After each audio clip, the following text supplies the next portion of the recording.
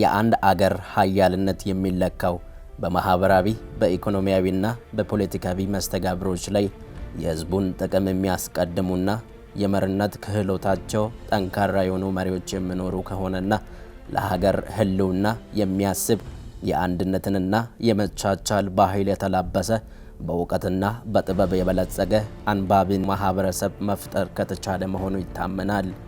ጊዜው የመረጃና የእውቀት ትሽቅድድም የሚደረግበት ከመሆኑ ጋር ተያይዞ በአገር ደረጃም የማንበብ ባህላችን እንዲያድግና በማህበረሰቡ ውስጥ የአመለካከት ለውጥ እንዲመጣ የግንዛቤ ማስጨበጫ ስራ ትኩረት ሰጥቶ መስራት የየባለድርሻ አካላት የቤት ስራ መሆኑ ይታሰባል።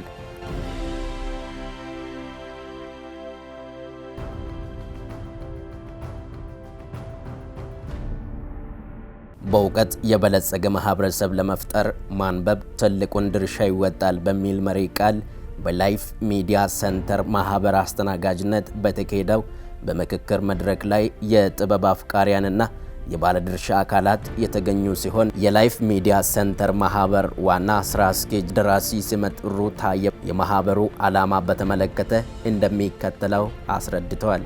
እኛ ከምንም የመንግስት አካል እየደገፈን አይደለም። ምንም በጀትም የለም፣ ምንም እንትንም የለም።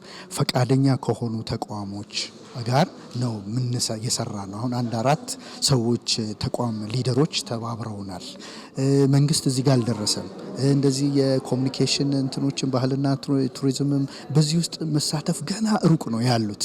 ገና ትውልዱን ግን እዚህ ጋር ማዳን ይችላሉ። ትውልድ የሚድነው እዚህ ቦታ ነው። የባለድርሻ አካሎች ከኦፊሳችን ጋር ቢገናኙ ቢተባበሩን የበለጠ ስራ መስራት እንችላለን። የመጀመሪያው እንደዚህ አይነት የጥበብ ፕሮግራሞች ነበሩ ተቋርጠዋል የሚለው ህብረተሰቡና የባለድርሻ አካሎች አዘጋጆቹና የባለድርሻ አካሎች በጋራ ኮኦፐሬቲቭ ሆነው ያለ መስራት ፕሮብሌም ነው። በግል ነው አሁን እኛም እያደረግን ያለነው በግል የራሳችንን ነገር ሉዝ እያደረግን ነው። ከሌለን ነገር እያወጣን ነው እንጂ አትርፈን አይደለም። የባለድርሻ አካሉ አሁን አዳራሽን ለፍሪ በማድረግ ሰውን በመቀስቀስ ሚዲያዎችን በመብደብ እንደዚህ አይነት አሁን የጀመረውን ትብብር እየጀመረ ቢሆን ኖሮ ያኔ አይቋረጡም ነበር። የተቋረጡት ሁሉ የመስራት ፍላጎት የሌላቸው ሰዎች ስለነበሩ ሳይሆን የሚሰሩበት አቅም በማጣታቸው ነው ከጎናቸው የሚቆም።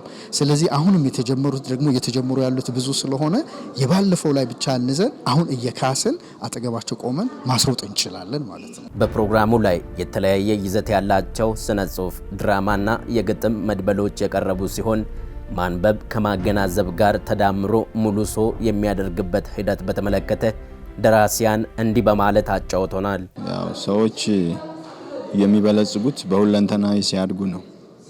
ሁለንተናዊ ማለት በአካል ማደግ አለብህ፣ በእውቀት ማደግ አለብህ፣ በጥበብ ማደግ አለብህ። እንዲሁም በእውቀት ስታድግ በእውቀት ለማደግ የሚያስችሉ በትምህርት ቤት የምትቀስመው አለ፣ ከቤተሰብ የምትቀስማቸው እውቀቶች አሉ፣ ከምታመልክበት ስፍራ የምትቀስመው እውቀት አለ። ከዛ ባሻገር ከመምህራኖቻችንና ከሌሎች አካላት ከምናገኘው እውቀትና ክህሎት ባሻገር ራሳችን ጥረን ግረን በማንበብ የተለያዩ መጽሐፍቶችንም ይሁን ከተለያዩ ምንጮች የምናገኛቸውን በሶፍት ኮፒም በሃርድ ኮፒም ማንበብ ሰዎችን ምንድነው እንዳባባሉ ነው ብቁ ያደርጋል ይባላል። ሰው ራሱን ለማበልጸግ ማንበብ አለበት። ሰው ሲያነብ አእምሮ ይሰፋል፣ እይታው ይሰፋል፣ ከተችነት ይወጣል። አንዳንድ ሰዎች ሳያነቡ ሳያውቁ ስለ አንድ አካባቢ፣ ስለ አንድ ሀገር፣ ስለ አንድ ነገር ሂስትሪውን፣ ካልቸሩን፣ ሁኔታውን አንብበው ካልተረዱ ዝም ብሎ ትችት ሊኖር ስለሚችል ሰዎች በማንበብ በማጥናት ብቁ መሆን ይችላሉ።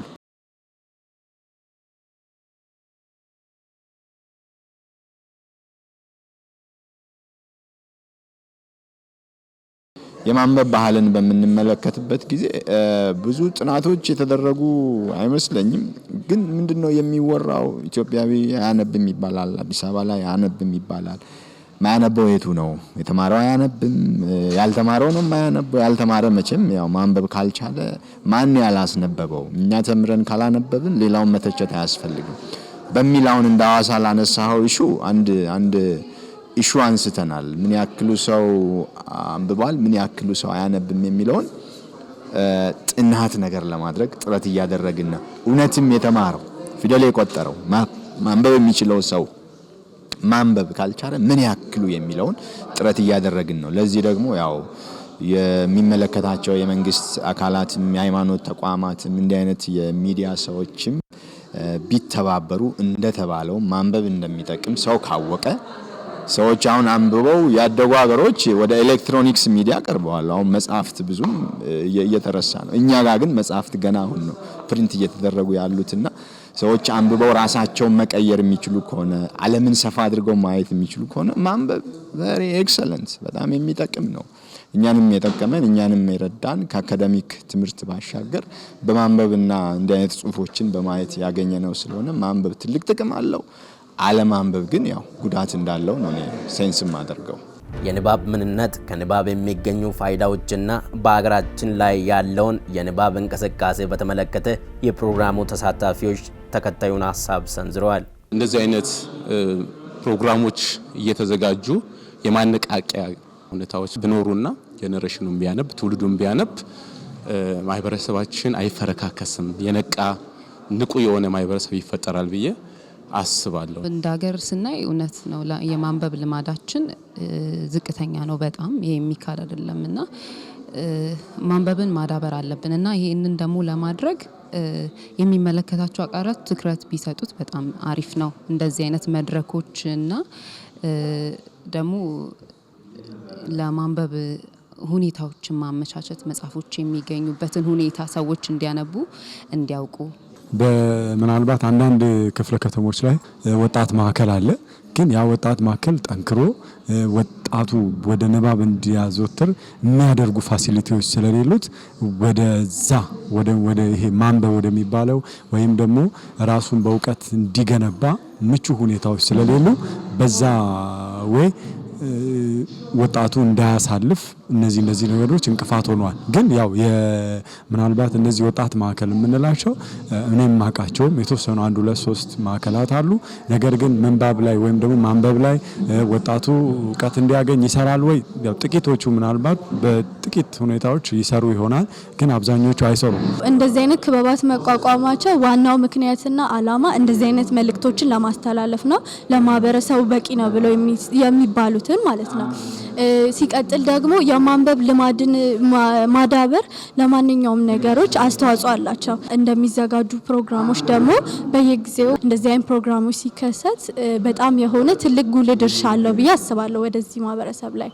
እንደራሴ በሁለት ምክንያቶች ላናነብ እንችላለን ብዬ አስባለሁ። አንድም አስተዳደጋችንም እንግዲህ የኢትዮጵያ ባህል ይባል ነገር አለ። ብዙ ጊዜ ሲነገረን በመናደምጠው ነገር ወይም ቁጭ ብለን ቤተሰቦቻችን በሚነግሩን ነገር ብቻ ነበር ተሞክረን ያደግነው። ያም የአስተዳደጋችን ሁኔታም ተጽዕኖ አድርጎበታል ብዬ አስባለሁ። ሁለተኛ ደግሞ እኛ ለማንበብ ያለን አመለካከት እጅግ በጣም ደካማ ነው። ያ ምንድነው? አቅርቦቶች በጣም እጥረት አላቸው። ለምሳሌ ኢንፎርምድ አለመሆን ለዝግጅቶች ሲኖሩ እንደዚህ አይነት ዝግጅት አለ የሚባለው ነገር የሚነገረው ከስንት ሰው አንዱ ነው። እንደዚህ አይነት ምክንያቶች እኛም በራሳችን የምንሰጠው ጊዜ እጅግ በጣም ደካማ መሆኑ ነው ብዬ አስባለሁ። ያንን መቅረፍ የምንችለው ያገኘናቸው ነገሮችን በማንበብ መጀመሪያ መጽሐፍን የታተሙ መጽሐፎችን ብቻ ማንበብ አይደለም። ለምናነባቸው ነገሮች ለየትኛው ነገር ትርጉም መስጠት የመጀመሪያ ደረጃ ይዛል። ለምን እንደ ምግብ ናቸው፣ ለአእምሯችን ምግብ ነው መጽሐፍ ማንበብ ማለት ነው። ስለዚህ ማንበብን በትንሽ ነገር መሞከር፣ ትንንሽ ነገሮች የተጻፉ በራሪ ወረቀቶችን በማንበብ እንደኔ ቲሸርት ላይ የተጻፈ ነገሮችንም ራሱ በማንበብ ምን ለማለት ፈልገው ነው፣ ምንድነው ለኔ ትምህርቱ የሚለው ነገር ሁሉ ጊዜ ፕራክቲስ ማድረግ በህይወታችን ላይ ላነበብናቸው ነገሮች ክብደት መስጠት አንድ ነገር ይመስለኛል። ወጣቶች አሉባሌ ቦታ ሳይውሉ ሮጦ የሚያስሮጠውንና ቸኩሎ የሚያስቸኩለውን ጊዜ በአግባቡ በመጠቀም ንባብ ላይ በማተኮር ጥበብንና እውቀትን ቀስሞ ለሀገር ግንባታ የሚሰሩ መሆን እንዳለባቸው የፕሮግራሙ ተሳታፊዎች ጨምሮ ገልጸዋል። ወጣቱ ደግሞ ነው የሚመክረው፣ ለወጣቱ ማስተላለፍ የምፈልገው ማንበብ እንዳለበት፣ መለወጥ እንዳለበት፣ ካላነበበ መጽሐፍቶችን ብቻ ሳይሆን የተለያዩ ነገሮችን የሚነበቡ ጋዜጣዎች፣ መጽሔቶችን በመጠቀም እውቀትን መገንባት አለበት ብዬ አስባለሁ። ወጣቱ ማህበረሰቡ የበኩሉን አስተዋጽኦ ማድረግ አለበት። ባይዘው ቤተሰብ ውስጥ ማንበብ የሚጀምረው ከቤተሰብ ነው። ለምሳሌ አንድ አባወራ ማንበብ ሲችል ወይም ሲያነብ ልጁ ይማራል፣ ከሱ ልጁ ይማራል። ልጁ አባቱ ምን እያደረገ እንዳለ ይረዳል። ነገ ይሄኛው ልጅ ምንድነው የሚሆነው? አንባቢ ነው የሚሆነው። መጽሐፍት መደብር ላይ ምናምን ሄደን ከምናገኘው በተጨማሪ የሆነ የምናነብበት ሁኔታ ቢፈጠር ህብረተሰቡ ጋር ቢቀርብ ማንበብ ባህሉ ይዳብራል ብዬ አምናለሁ። እኔ የምናነበው ነገር አንደኛ ነገር መሰረታዊ ነገር ነው። ስናነብ ደግሞ ከምናነበው ነገር በጣም ትልልቅ ፍሬዎችን ነው ይዘን የምንመጣው። መልካም የሆነ ነገር ማህበረሰብ ውስጥ እናገኛለን። ብዙ የሆነ አዌርነሶች ይፈጠራሉ በማንበብ ማለት ነው። ስለዚህ ማንበብ ማለት በአጠቃላይ ሰውን ትልቅ ሰው የሚያስብለው ማንበብ ነው። ኢንፎርሜሽን አለመድረሱም አንድ ነገር ነው። ሁለቱም ደግሞ ተነሳሽነትን ማጣት ነው። እነዚህ ነገሮች ሁሉ ጊዜ እየተለመዱ ሲመጡ መቀስቀሱ ማህበረሰቡ ውስጥ ገብታችሁ ነው ማለት ኢንፎርሜሽን መሆን በቂ ነው። ሰው ይመጣል ብዬ አስባለሁ። ብዙ የኢትዮጵያ ወጣቶች እንደኔ ያሉት ለማንበብና እንደዚህ ነገሮችን ለመከታተል ስለሚፈልጉ ሳንጨነቅ ብዙውን ጊዜ በመቀስቀስ ወጣቱ እንደኔ ያለው ወጣትን በመቀስቀስ አንዳንድ ጽሁፎችን በመስጠት በግዴታ የሚሆን ብቻ ይዞ በመምጣትም ወደዚህ ነገር ማስገባት ይቻላል። ከጊዜ በኋላ ሰዎች የደረሱበትን ደረጃ ማንደርስበት ምንም ምክንያት የለም።